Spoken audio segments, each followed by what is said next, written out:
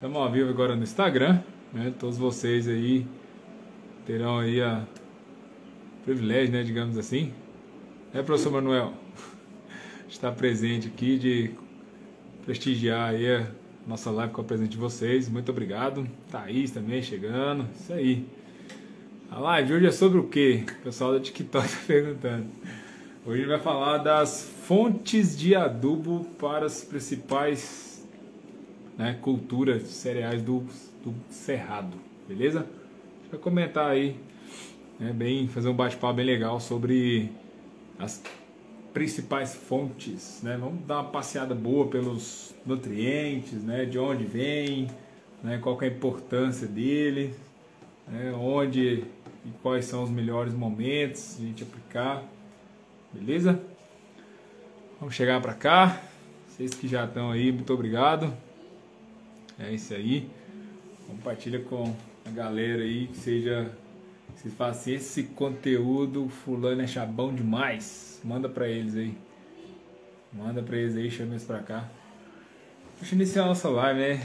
Tá vivendo um período bastante complicado no agro, né? Existe uma frase aí criada em 2020, né? Uma das maiores mentiras do Brasil, que é o agro não para, né? Eu falo que o produtor rural não para. Esse não para. Se tem alguém no agro que não para, chama-se produtor rural. Esse cara é brabo. E é por ele que a gente trabalha, né? Esse é... mas tá coçando. Esse é um dos reais motivos e fatores e por que o agro não para. Essa aqui é a verdade. O produtor rural é uma máquina. O cara é violento, ele não para. A revenda fecha, né? O caminhoneiro faz greve, né? Falta um monte de coisa, cai ponte, tudo, mas o produtor tá ligando não. Ele faz o negócio acontecer mesmo. E é pra isso que a gente tem que estar preparado, pra esse cara brabo aí. Beleza? Então vamos lá. A gente hoje vai falar sobre um assunto bastante interessante, que é as principais fontes, tá, de nutrientes, né, de onde eles vêm, né, como eles interagem entre si, né, para as nossas principais culturas, né, que ninguém perguntou ainda, mas os cereais mais cultivados no Cerrado hoje, né, a soja, o milho, né, e o feijão, digamos assim, que mais participa, né, no nosso prato aí no dia a dia, beleza? Matheus, seja muito bem-vindo, meu querido. Todo mundo aí seja muito bem-vindo. Então, a gente tem outros cereais, né, que são produzidos no Cerrado hoje, né, depois de quase 50 anos aí de muita pesquisa, de muito trabalho, de muito desenvolvimento, né, e graças a Deus demanda. A gente trabalha sobre um negócio chamado demanda. Sem a demanda aí não tem como, né? Então, o ser humano, né, precisa de alimento, né, um pouco de história aí pra gente entender, né? 1970, né, quando aconteceu aquele boom, né, de crescimento populacional no Centro-Oeste, né, quando Brasília estava uma garotinha ainda, né, em fase de construção, tinha muita gente vindo para o Cerrado e o povo viu que esse povo ia precisar de comida, né? Então foram no celeiro nacional, né, no celeiro brasileiro, buscar gente que sabia produzir, que foram os colonos, né? Os colonos eram os caras que produziam naquela época. Então eles produziam aves, produziam suínos, eram muito bons em produzir grãos, né? Então trouxeram essa galera, né? Fizeram diversas políticas de incentivo e tudo mais para trazer, veio todo mundo aí, né? Eu já escutei diversas histórias de viagens, como é que foram feitas as viagens que trouxeram, né, essa gauchada para o Centro-Oeste aqui, né? O povo fala que eles vieram para derrubar os pés de Baru e Piqui, né? Mas na verdade não, eles vieram para produzir. E graças a Deus eles vieram. Muito bom que eles vieram, né? Ixi, o cara tá perguntando o que eu acho da guerra, ó, o que a guerra da Rússia com a Ucrânia pode afetar nos fertilizantes. Meu amigo, você não tá entendendo não. O negócio fez uma bagunça, fez um regaço. Mas vamos chegar lá. Então assim, como o Cerrado era visto, né, em 1970, uma terra pobre, improdutiva, né, que jamais ia conseguir produzir nesse lugar. Aí teve um cara, esqueci o nome dele agora, me desculpa, acho que é Alexandre, né, que hoje foi até premiado no ano passado, né, por esse feito, né, de acreditar que o cerrado um dia, né, que o cerrado era capaz de produzir alimento. Então esse cara subiu para cá, né, para ajudar a desenvolver tecnologias para que os solos do cerrado fossem férteis, né, porque eles eram fisicamente, né, muito bons, geograficamente também, né, topograficamente muito bons, só que quimicamente era horrível, né, não existia fertilidade nesses solos. Então eles trouxeram porque quem veio plantar, plantava soja, e eu vi isso da boca de quem plantou, que plantava a soja, crescia, florava e não virava um grão. Né? Então a galera veio, tem até as variedades, né, que daquela época, lá em 1977, quando começou a difundir mesmo, né, as cultivares daquela época que eram capazes de produzir no cerrado. Né? Então foi feito todo um trabalho, né, todo um trabalho de desenvolvimento genético, né, de manejo de solo, enfim, grande parte, né, das práticas agronômicas que a gente conhece hoje foram desenvolvidas naquela época. E nessa entra nós, né, com a parte de solos, né, com a parte de fertilidade, construção de fertilidade, entender o solo do cerrado para transformar ele num ambiente produtivo. Né, que hoje a gente conhece o solo como um ambiente produtivo, né, que tem várias interações entre indivíduos vivos, né, os organismos, micro-organismos. Né, fiquei muito triste de conversar com um colega um dia desse e ele me falar que não lembra de nada da faculdade, que ele viu esse negócio, mas não lembra de nada. Né, e hoje é um negócio que está em ascensão, está numa guinada positiva muito grande, que é entender, conhecer esse universo biológico do solo, como ele interage com os nutrientes, toda a matéria que se coloca lá. Ele tem grandes impactos hoje. Muita gente sabe, né, a grande verdade, que os biológicos, o orgânico, né, eles não vão alimentar o mundo. Né? Isso vem na médio prazo e longo prazo, e não tem visão de que isso vai ser a virada de chave para produzir mais. Eu acredito que para produzir melhor, sim. Isso é fato. Para produzir melhor, sim. Não para produzir mais. Hoje ainda a agricultura convencional, que nós brasileiros praticamos e com qualidade, moço. Nós é fera no negócio, fala pra você, nós é respeitado. O mundo inteiro tá de olho na gente porque nós é bom produzir comida. Enfim, então, todo esse arsenal, né, de manejo aí, eles se interagem. Né? O solo hoje ele é conhecido como um ambiente produtivo. E eu... né? E eu e vocês hoje, né, mais que jamais foi visto, né, que esse ano vai ser mais um ano que vai separar, né, como diz os pecuaristas aí, os garrotes dos boi, né, vai separar os bezerros dos boi. Por quê? Porque nós temos um ambiente geopolítico totalmente instável, desestabilizado, né, e nós, como potência mundial em produção de alimento, não somos potência mundial em produção de matéria-prima, né, que são os nossos adubos, aí, nossos fertilizantes. Então, já entrando um pouco mais no nosso assunto de hoje, já bem inteirados aí, acredito que sim, se ficou dúvida, moçada, pelo amor de Deus, interage com nós aí, mostra que você está aí, pelo amor de Deus, rebenta esse botãozinho aí do coraçãozinho para mostrar que você está aí, manda uma pergunta para nós também e chama mais um caboclo para cá, chama eles para cá. Traz esse capa dentro aqui para eles fazer pergunta boa para nós. Que pergunta boa é pergunta simples. É as que mais arrebenta a gente. Beleza? Então, falando de NPK, né? Muita gente não sabe o que significa NPK. De verdade. Mas não é engraçado, não é cômico. Por quê? Né? Porque eu também não sabia. Né? De longe eu sabia o que era NPK. O NPK hoje é uma fórmula simples, né? Hoje a gente já tem alguns compostos, né? Entre misturas e adubos compostos, né? Que entregam esse NPK na fazenda, né? No solo ali, de acordo com a recomendação. Então, como esse ano vai ser um ano mais difícil, né? Tem muita gente rindo aí, né? Largando piada no mercado dizendo o quê, né? Que quem comprou adubo comprou, quem não comprou mais, né? E é uma verdade, tá? Sim, tem que dizer para vocês que é uma verdade. Por hora, né, e até se encerrar essa guerra que está vivendo aí, quem comprou adubo comprou, quem não comprou, infelizmente, vai pagar muito caro no que sobrou aí. Essa é a verdade. Mas o que eu vejo é que uma galera adiantou bastante as compras aí, vai estar, né, vai estar fornecido por hora, né? Mas o que acontece? Por que eu falo que esse ano vai separar os garrotes dos bois? Por quê?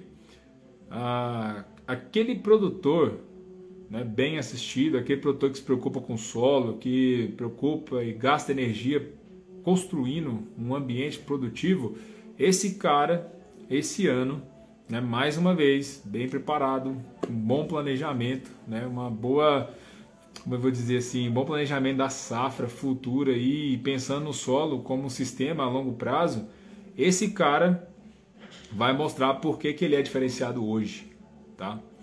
Aquele cara que acha, né, eu acho, né, ou vai pela intuição, né, não dá muita bola para análise de solo, agricultura de precisão, assim, muita humildade, tá, e bastante sinceridade, essas ferramentas não foram criadas por acaso, tá? Esse é o meu pensamento, o meu primeiro pensamento que vem na minha cabeça agora é que a agricultura de precisão foi uma ferramenta que não foi criada por acaso, tá bom? Por quê? Quando eu falo de ambiente produtivo e fornecer nutrientes para a planta através desse ambiente, conhecer a necessidade da cultura é um pilar, né? É a base. Conhecer, né, a necessidade da cultura é uma base. Imagina vocês, vamos pensar aí numa família hoje, digamos assim, né? Qual o conceito que vocês têm de família? Né? Qual que é o espaço, né, de uma casa para comportar uma família de colocar 5 pessoas? Né? 2 adultos e 3 criancinhas em desenvolvimento aí. Né? A gente sabe que hoje, né, territorialmente dentro da casa, cada indivíduo tem que ter o seu quarto, né? Antigamente era pai, né, os tios aí, os primos, tudo empilhado nos quartos aí, aquela coisa, né, aquela coisa saudável ali, menino empiado em riba do outro. E cresceram assim, né, se desenvolveram bem. Mas hoje a gente sabe que as crianças, né, é ideal que elas tenham o seu ambiente, né, o seu quarto. Então a necessidade básica de um ser humano ou de um indivíduo dentro de uma casa é ter o seu espaço, é um quarto. Então a gente sabe que uma demanda geográfica, né, territorial dentro do lar é um ambiente, né, um cômodo para cada indivíduo. Falando em quarto, tá? Então eu conheço isso, certo? Outra coisa, vamos supor que nessa casa tenha 2 carros, né? Vai adiantar eu ter uma garagem para um carro só? Não vai adiantar, né? Eu tenho que ter a garagem para 2 carros, certo? Então vamos lá. Se eu conheço a necessidade da minha cultura, né, eu também devo conhecer o que eu tenho no solo disponível para ela, entende? Eu vou comprar 3 carros com garagem para 2? Não faz sentido, né? Ou então eu posso ter também o contrário, né? Garagem aí à vontade para 10 carros e não tem nenhum. Mas não faz mal. Isso é uma parte que não faz mal, até certo ponto, tá? Então, eu tenho uma casa, né, com garagem para 3 carros e tenho 3 carros. Tá ótimo, né? Tá super acomodado, tudo ok. E eu tenho um sistema onde eu vou colocar 2 safras, né? E eu tenho nutriente para uma. Entende? Então eu vou ficar devendo uma. Ou eu posso me antecipar e fazer um planejamento para atender essa segunda safra. E como que eu vou fazer isso? Análise de solo. Análise de solo, uma boa interpretação, né? Uma boa definição de fontes, tá? Então como é que a gente define isso, tá? Não é recomendando 4, 14, 8, não é recomendando 8, 40, 10, não é recomendando 20, 20, 20, né? Que mais? Usa esse mais micro, né? Que mais? O mapão, usa mapão é demais, mapão tem nitrogênio, tem 52% de fósforo, né? Então, não é bem dessa forma que funciona, né? O que acontece? Eu entendendo, conhecendo meu ambiente produtivo, né, as fontes de nutrientes hoje, né, mais faladas, mais conhecidas, são o NPK, certo? Quem conhece o NPK, o famoso NPK, sabe, né, que nada mais é que nitrogênio, fósforo e potássio, certo? Porém, a planta ela exige alguns outros nutrientes, né, que a gente chama de nutrientes essenciais, né, para que a planta se desenvolva e complete seu ciclo. Até alguns anos atrás aí eram conhecidos 13, né? O cloro entrou na parada aí, agora são 14. E eles são separados entre macro e micronutrientes, tá? Não pelo tamanho deles, né? Mas pelo que a planta usa, tá? Então a planta tem uma demanda, né, específica de cada um deles, onde vai separar eles entre macro e micro, né? O que ela consome mais é conhecido como macronutrientes, né, que ela demanda num volume maior, e micronutrientes é aqueles nutrientes que ela precisa em menor quantidade, né? Para você ter uma ideia, né, se a gente falar de o fósforo, né, que é a lupa de todo mundo aí, uma planta, né, de soja, para entregar aí suas 5, 6 toneladas de grão, ela necessita entre 80 e 100 quilos de fósforo, tá? Já boro precisa de 1 quilo, né? Mas precisa ver a diferença, né? Então, isso aí por hectare, tá, moçada? Por hectare. Então, para você ver o que separa aí, o que é macro, o que é micro, beleza? Então, vamos lá. E desses nutrientes, né, não é bem divididinho a conta deles, tá? A planta precisa tanto, né, dependendo da planta aí e a eficiência dela em absorver aquele nutriente, ela precisa de um volume muito maior, né? Por exemplo, o nitrogênio. O nitrogênio é um componente, né, um item do NPK. E esse mesmo nitrogênio eu tenho ele de diversas formas, tá? Na atmosfera a gente acha o nitrogênio, né? Quem sabe a forma do nitrogênio na atmosfera aí? Uma galera não faz conta dele, né?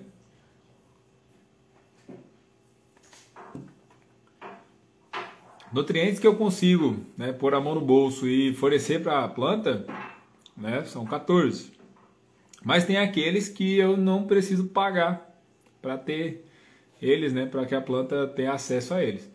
Né? Vocês sabem quais são esses nutrientes aí? A gente tem o N2, né, da atmosfera, que a planta, algumas plantas conseguem absorver ele aí, ou umas fazem interações no solo com micro-organismos para que elas acessem esse N2, né? A gente tem o carbono, né, o nitrogênio e água e luz, né? Luz não é considerado um nutriente, né, mas é um fator primordial para que a planta se desenvolva, né? Mas a luz não é um nutriente, tá? A luz não é um nutriente. Então, até o produtor isso faz graça, né? Ele vai atender o produtor e ele tá meio, dependendo do humor dele, ele fala, preciso de água, preciso de água. Se vem me vender água, eu tô querendo água, né? E o contrário também acontece. Eu fui marcar uma visita com o produtor, né, meio de longe, né, para não dar batida, perdida, rapaz, 150 km, é chão, hein? E aí eu mandei mensagem para ele, falou assim, tô precisando de luz, o que eu quero é luz, se tiver sol eu quero, eu tô focado em colheita, né, tava chovendo pra caramba. E o que eu quero é sol para poder colher. Então você vê que o ambiente, né, o clima, né, influencia tudo, né? O clima influencia tudo. E as guerras também.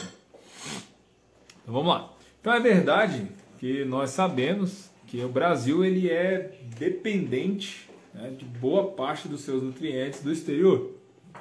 E um dos lugares aí que até o nosso presidente foi visitar aí há uns 15 dias atrás, né, buscando aí uma boa interação, uma boa relação política para que não fosse cortado, né, prevendo aí uma sanção aí sobre os fertilizantes, principalmente o fósforo, né, para que a gente não sofresse com isso. Acabamos sofrendo, né? Está cancelada a venda de fosfatados, né, vindos da Rússia. Então, imagine-se que o mercado levou uma sacudida aí, né, semana passada. Semana passada, para você ter uma ideia, se tivesse ali umas 10 toneladas de adubo sair assim pro lado do vento, cara. É incrível, né? Muita gente ligando, querendo, sabendo, porque conhecem e sabem a importância, né, que tem o Brasil, a dependência que o Brasil tem de adubos de fora. Então, conhecendo toda essa dinâmica, né, do mercado, como ele funciona, vamos para a planta, né? Eu já falei algumas lives atrás que o NPK hoje a gente tem ele de 3 formas, certo? A gente tem ele na forma simples, né? Quem se lembra aí pode falar. Né? Temos ele na forma simples, que é o nosso cloretão, né? O nosso KCl. A gente tem ele tem a ureia, né, as fontes nitrogenadas, temos os pós de rocha, os termofosfatos, temos também os simples, né, a rocha super simples, né, as fontes menos concentradas. Temos o DAP, né, que vem de fora também, que é atacado com ácido. Então tem uma gama bastante grande de matéria-prima, né, que são fontes, né, do NPK.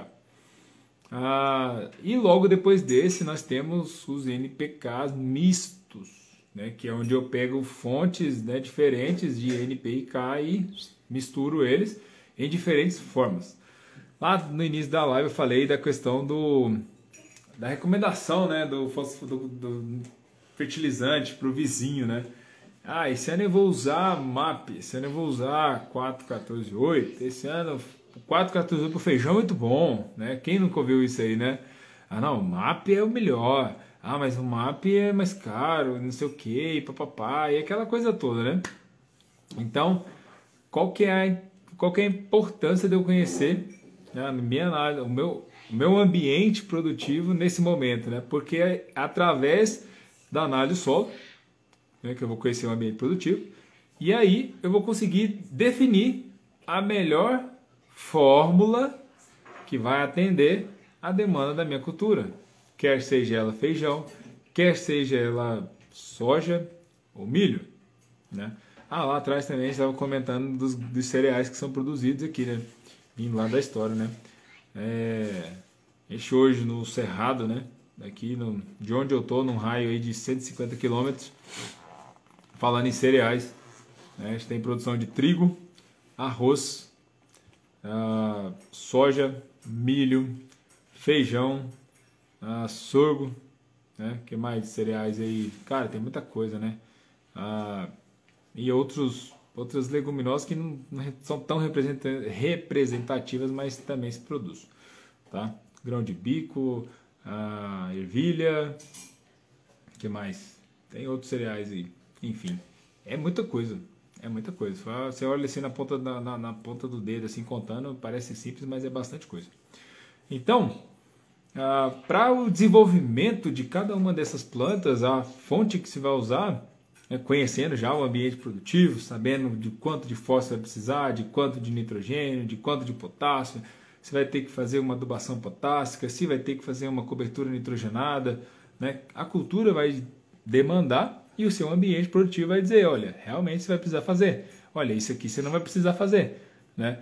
A gente tem quase 50 anos de agricultura no Cerrado, né?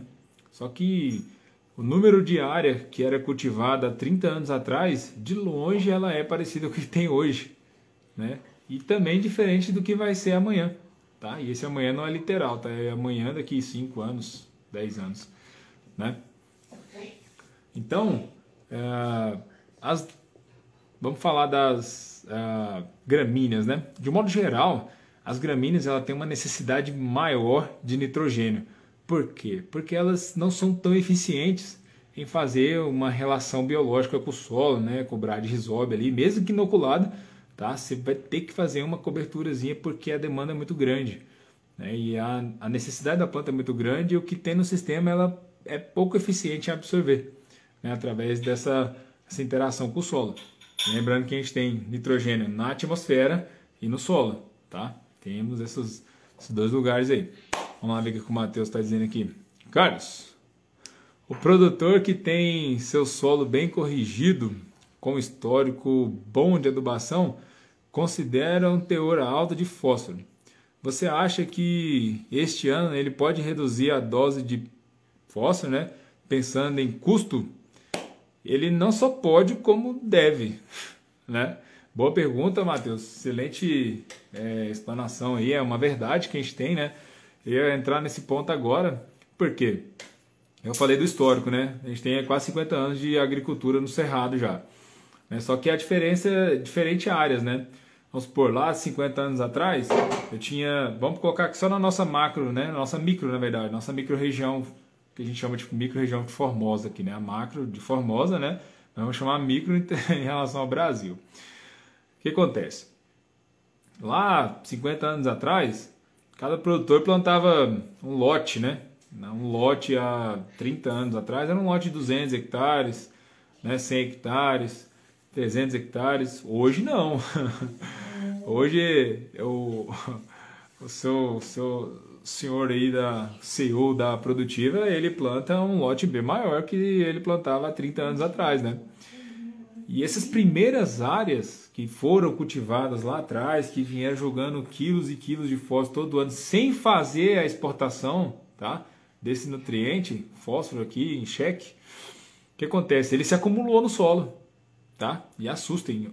A semana passada eu vi uma análise do solo onde tinha manchas, cara, assustei. 200 miligramas de fósforo, 307 miligramas de fósforo. Vocês sabem o que é isso? É fósforo para vender. É assustador a quantidade de fósforo. Então, pensando num ano igual a esse, que eu tenho a matéria-prima com o preço lá em cima, e escassez agora tem total, né? Que eu falei, quem tinha volume aí disponível em mercado para venda, né, interna já, quem estava com o produto dentro de casa, que ainda não vendeu, esse cara, se ele conseguir vender, vai ganhar muito dinheiro, tá? Vai fazer muito dinheiro. Vai sofrer, né? Vai botar uma galera para sofrer, mas enfim. Então, eu posso fazer esse manejo racional, tá? Não é ser minerador de solo, não é, né, estragar o meu solo ou baixar a fertilidade que eu tanto construí, que eu tanto briguei para fazer, tá? Em tantos anos. Dependendo do teor de argila do meu solo, tá? Se eu tenho, imagina, 60% de argila no meu solo, eu preciso de 12 a 14 miligramas de fósforo para tamponar, tá? E é bastante coisa, tá? É bastante coisa de fósforo para tamponar o meu solo. O que passar dali é o que vai ter de disponível para a planta, tá? Lembrando que esse elemento ele vai competir no solo com 4 indivíduos, tá? Alguém lembra aí quais são? Olha, eu posso, né, ter competição da planta solo, tá? Pelo fósforo com alumínio, ferro, com argila e cálcio. Olha só que pancada. Por quê? O alumínio, porque ele é trivalente, né? Ele é macho bagual, ele tem 3 prótons, né? Ele é Al mais 3, né? Então ele tem bastante interação e pode fazer uma ligação tripla com o fósforo.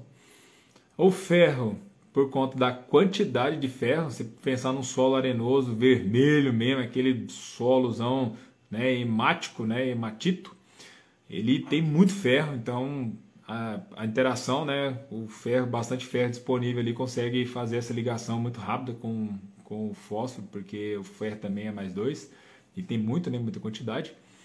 A argila, né, ela pode absorver esse fósforo também, e o cálcio pelo mesmo motivo, né? A quantidade disponível dele no solo é maior que os outros nutrientes, né? A relação dele é maior. Então, a planta tem que brigar com esses 4 caras, né? Então, tem muita gente, né? A agricultura de precisão, no seu início, ela foi queimada justamente por isso. Tinha uma galera, né, falando, vendo as análises do solo e vendo aqueles níveis astronômicos de nutriente lá, principalmente fósforo. Não, aqui não precisa pôr adubo, aqui pode diminuir o adubo, né, sem levar em relação um fator muito simples, que é cômico, mas é simples, que era a disponibilidade, tá?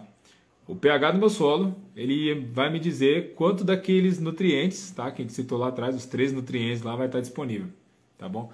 Em miúdos a gente sabe que os micrometálicos, o pH mais baixo, né, ali próximo de 5, né, ele tem maior absorção, né, só que daí você pode compensar em dose, né, aumentar a dose dos micronutrientes, não vai fazer mal, tá, moçada? Só tem que ser inteligente, colocar no lugar certo e na hora certa, tá? Os macronutrientes, digamos assim, né, qual que é a relação deles, né, nitrogênio, cálcio, magnésio, enxofre, potássio, nitrogênio, fósforo. O pH, quanto mais próximo de 6,5 em água, maior a disponibilidade. Então, de nada vale eu pegar uma análise de solo, né, uma mediona ali, né, da análise de solo de 0 a 20, olhar lá, o pH está 5,5, tá ótimo, né? Tá ótimo, tá? Não tá, viu? Isso é uma verdade, ele não tá. O fósforo não vai estar 100% disponível. 100% de disponibilidade de todos os nutrientes, a gente sabe que o pH tem que ser 6,5. Em 5,5 eu tenho 40% de eficiência só falando em fósforo, tá? Então 60% de todo aquele fósforo que eu tenho é nada, se o pH não estiver adequado. Então eu, conhecendo o meu ambiente produtivo, sabendo que o meu pH, na zona de absorção do fósforo, onde é a zona de absorção do fósforo? Eu jogo o fósforo lá, aumenta de profundidade no solo? Não, né? A zona de absorção do fósforo é até os meus 15 centímetros de solo. Tá? Até 15 centímetros de solo é a maior zona de absorção de fósforo, tá? Mais concentrada entre 5 e 10. Então, o pH dessa faixa de solo ele tem que estar muito próximo de 6,5 para eu ter essa disponibilidade de 100% do meu fósforo. E tendo isso, solos com altos teores de fósforo, eles podem sim fazer o manejo racional desse fósforo. Aonde não precisa, o produtor pode até querer, né? No zero eu não fico. Né? Joga uma dose mínima, né? Joga ali 20 quilos, 30 quilos, né? Porque vai estar caro, ele não vai querer jogar mais que isso, né? Mas fala assim, olha, aqui dá para fazer, né? Mas não é dá para fazer olhando só o nível, tá? É a disponibilidade. Tem uma diferencinha aí, beleza? Então, esse ano, né? Visto a dificuldade que a gente tem de fornecer o nutriente esse ano pela escassez e o custo, né? Bem dito pelo Matheus aí, vendo o custo, tá, moçada? Eu devo sim conhecer a disponibilidade de elemento por elemento no meu solo. Isso vai ser o diferencial para a próxima safra. Quem aí sabe o que vai acontecer na próxima safra? Tá? Falando de clima, de política, né? De custo de commodity, custo de produção, né? Valor da terra. Né? Alguém sabe como que pode estar? Qual que vai ser a nossa realidade, né, da próxima safra? Eu não sei. Eu não sei. Né? Mas nem por isso eu vou deixar de fazer o planejamento, certo? Então vale muito, tá? Conhecer o ambiente produtivo, conhecer o meu sistema, ajustar o planejamento, tá? Pensando no custo de produção para a próxima safra, beleza? Fala igual a propagandinha lá do mapa, né? Procure o engenheiro agrônomo, consulte o engenheiro agrônomo. Não se deixe abater pelo achismo ou pela intuição. Eu já ouvi alguns produtores falar isso. Não, faça aqui umas rezas da minha mãe ali e resolve tudo. Deu certo até o ano passado. Esse ano, ele vai ter que ser muito cuidadoso. Né? Parafrasear nosso querido Disseu Garcinha aqui, que esse ano o capricho e o amor pela roça vai separar muitos homens dos meninos. Muitos homens dos meninos, tá bom?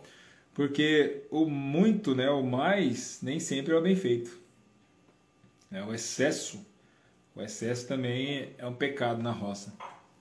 Né?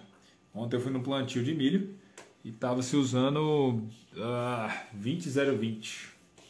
30,020. É uma fonte que não tinha fósforo, né? Porque o solo estava carregado em fósforo e era para plantar milho. Antes do Matheus perguntar, a gente estava falando sobre isso, que era a relação dos nutrientes, tá? Pensando em adubo de base para diferentes culturas. No caso específico aqui que a gente está tratando é o milho, a soja e o feijão, certo? Então vamos lá.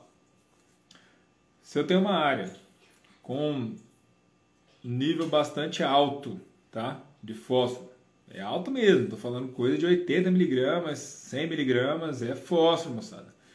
Que eu tenho um pH muito próximo de 6, 6,5, eu não preciso fazer esse fósforo na linha. Aí alguém vai dizer bem assim, mas o ano que eu não fiz adubo, a lavoura veio mais devagar. Né?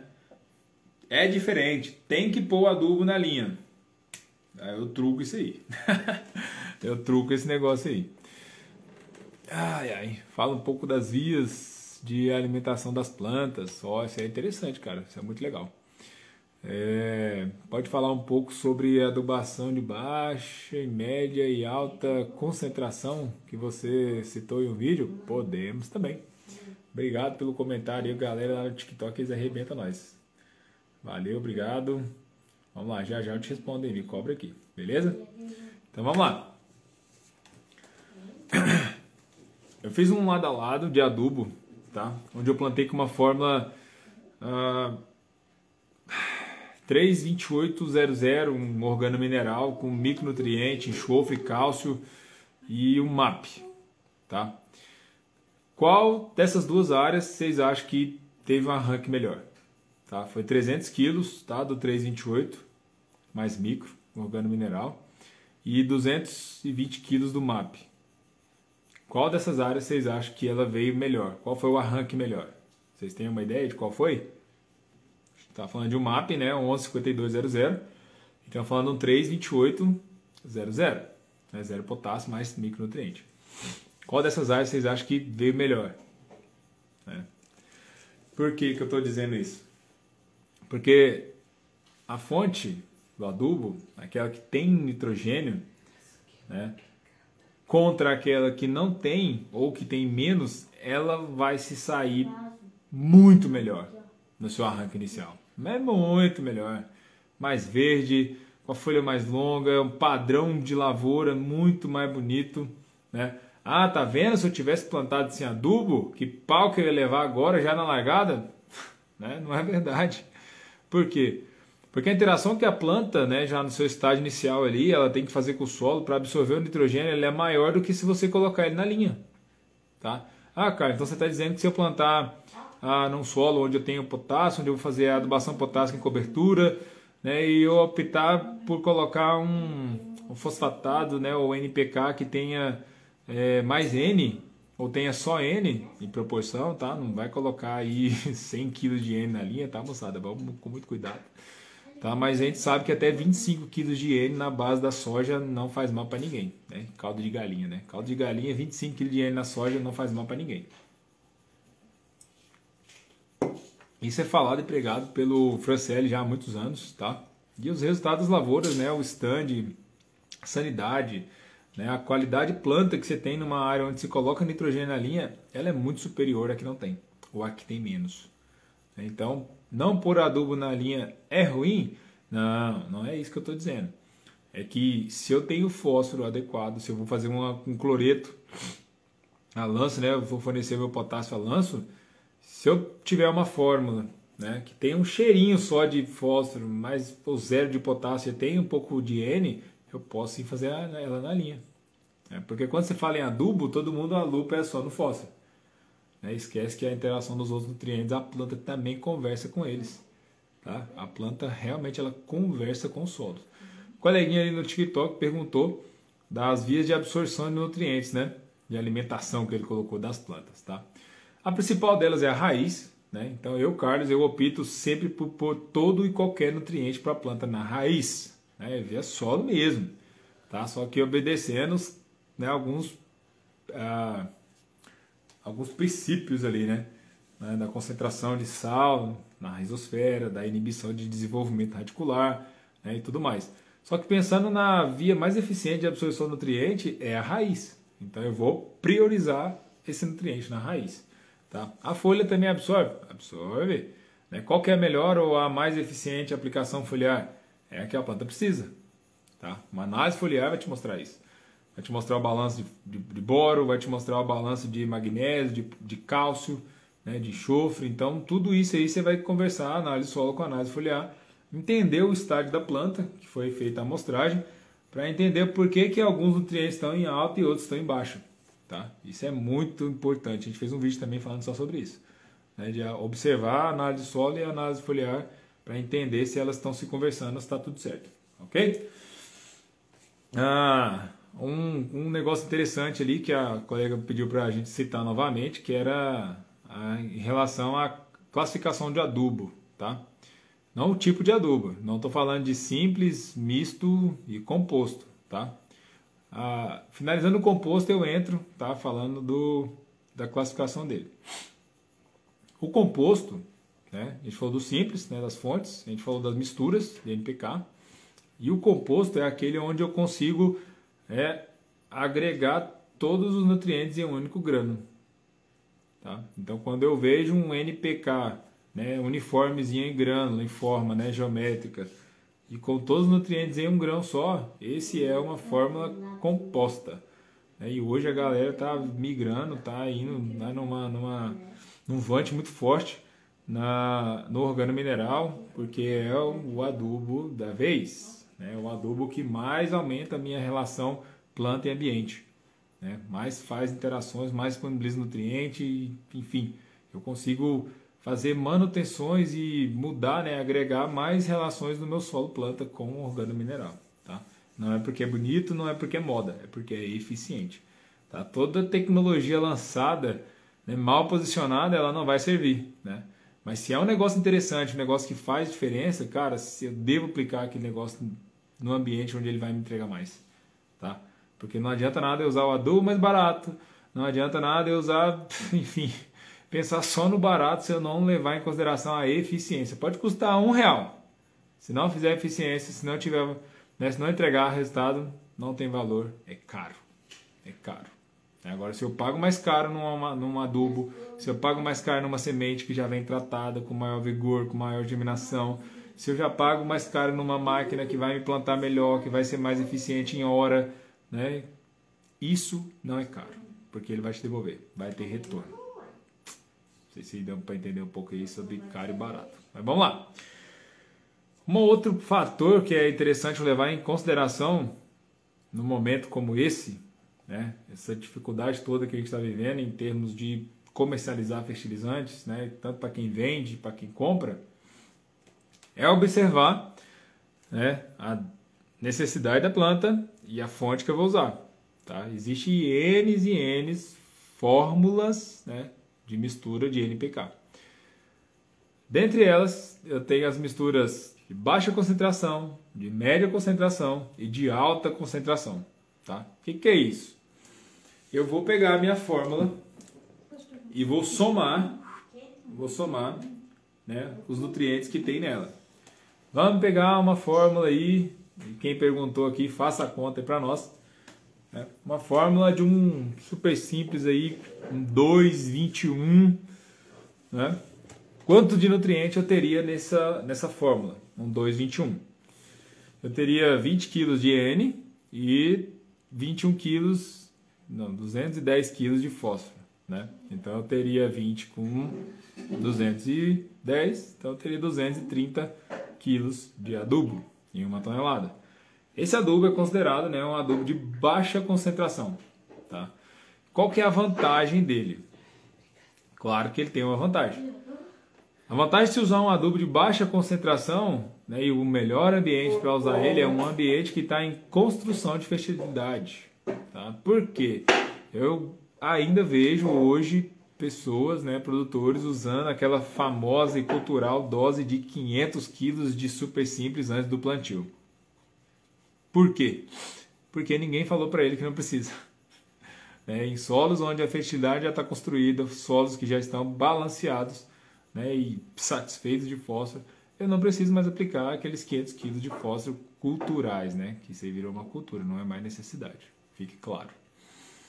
Então, quando eu estou em construção, é válido. Por quê? Porque essas fontes têm altos teores de cálcio e enxofre.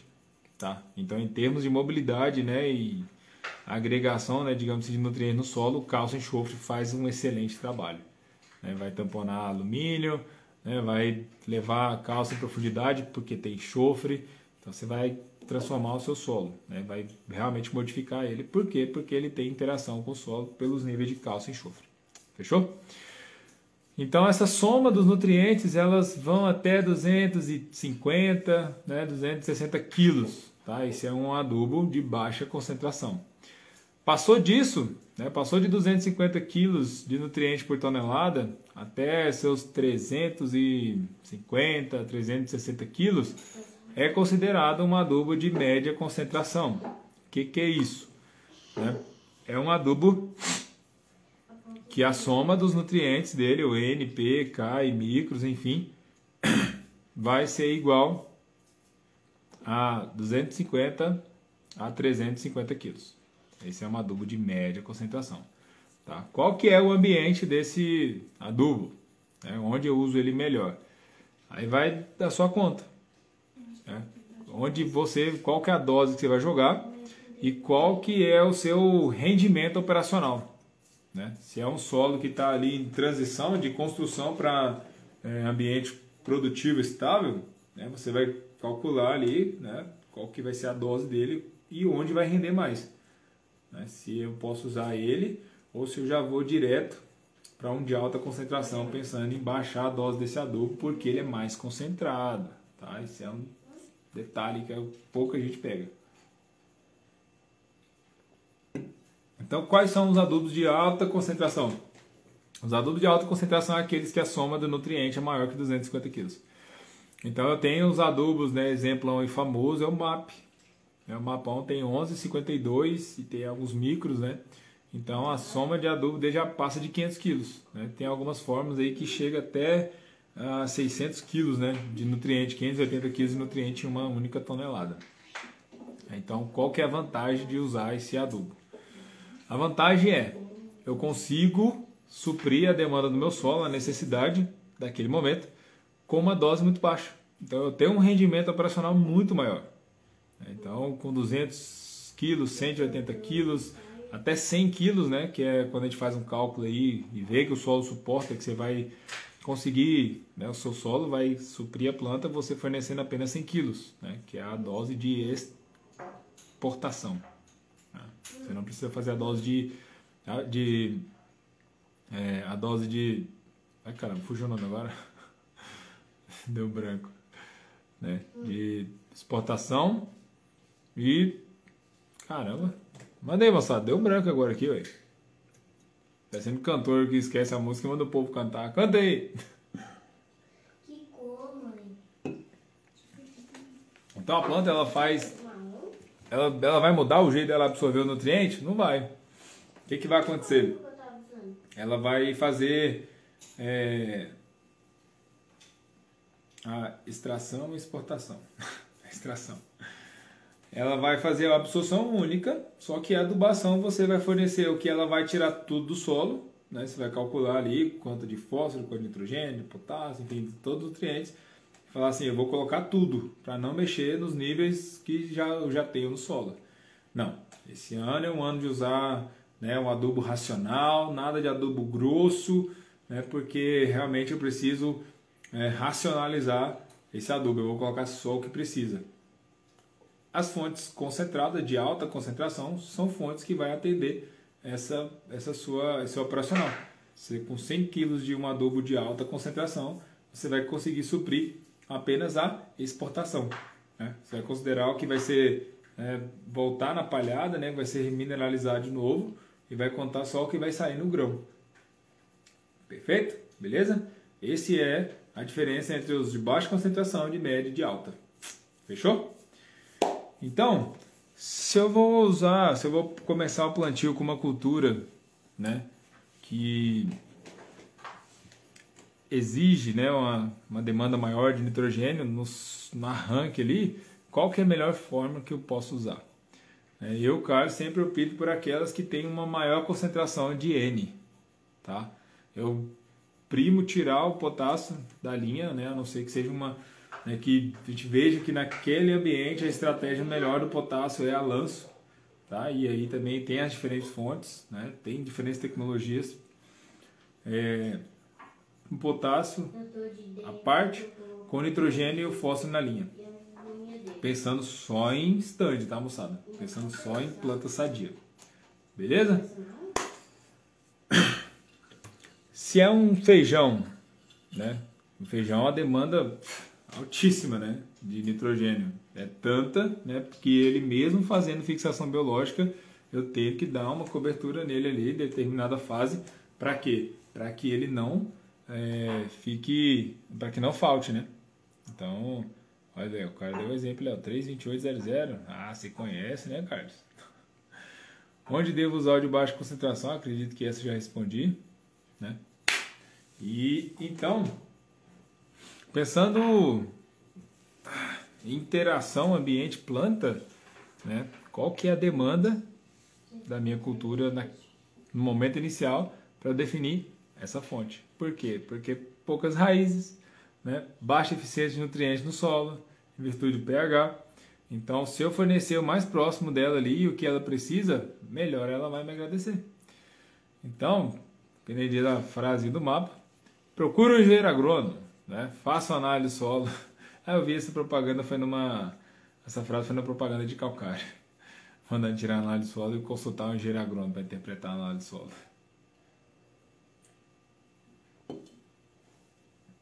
Esse também é um adubo barato pra caramba. É um corretivo de solo, né? Não é nem considerado um adubo, é um corretivo de solo. Beleza, moçada? Acho que a gente já conversou bastante, né? Já tomei muito tempo de vocês aí.